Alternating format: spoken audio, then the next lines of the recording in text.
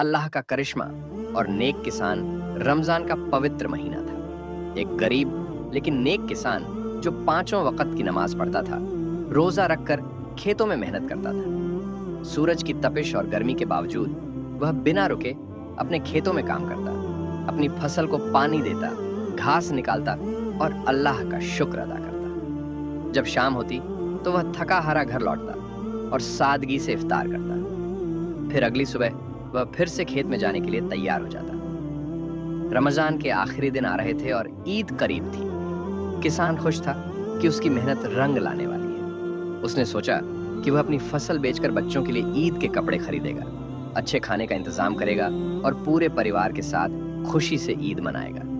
लेकिन एक सुबह जब वह रोज की तरह अपने खेत में पहुंचा तो यह देखकर उसकी आंखें फटी की फटी रह गईं। एक विशाल शैतानी हाथी ने उसकी पूरी फसल को नष्ट कर दिया था।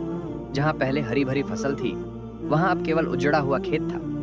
उसके खून पसीने की मेहनत मिट्टी में मिल चुकी थी। किसान का दिल बैठ गया, उसकी आंखों में आंसू आ गए। उसने सोचा, अब मैं रोजा कैसे खोलूंगा, अपने परिवार को कैसे खिलाऊंगा, ईद के कपड़े कहां से लाऊंगा।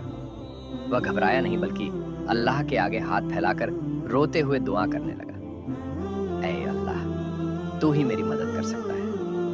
मैं गरीब हूं, मेरे पास कोई और सहारा नहीं है। मेरी मेहनत बर्बाद हो गई, लेकिन तेरा करम कभी खत्म नहीं होता। फिर उसने नमाज अदा की और अल्लाह से मदद मांगी। जैसे ही उसने सजदे से सिर उठाया, उसने जो देखा उस पर यकीन नहीं हुआ। पूरा खेत फिर से हरा भरा था। फसल वैसी ही खड़ी थी जैसे पहले थी। इफ्तार के लिए घर में बेहतरीन खाना मौजूद था और ईद के लिए नए कपड़े भी आ चुके थे। तभी वही हाथी वापस आया, लेकिन इस बार वह किसान के सामने सिर झुकाकर माफी मांगने लगा। किसान ने अल्लाह की तरफ देखा, उसकी आंखों से आंसू छलक पड़े। फिर ईद का दिन आ गया। किसान ने खुशी खुशी नए कपड़े पहने और ईदगाह जाकर नमाज अदा की। नमाज के बाद उसने अल्लाह का शुक्र अदा किया और कहा, अल्लाह से बढ़कर कुछ नहीं। आज उसके दिल में सुकून था, क्योंकि उसने एक बार फिर देख लिया था कि अल्लाह अपने नेक बंदों को कभी अकेला नहीं छोड़ता।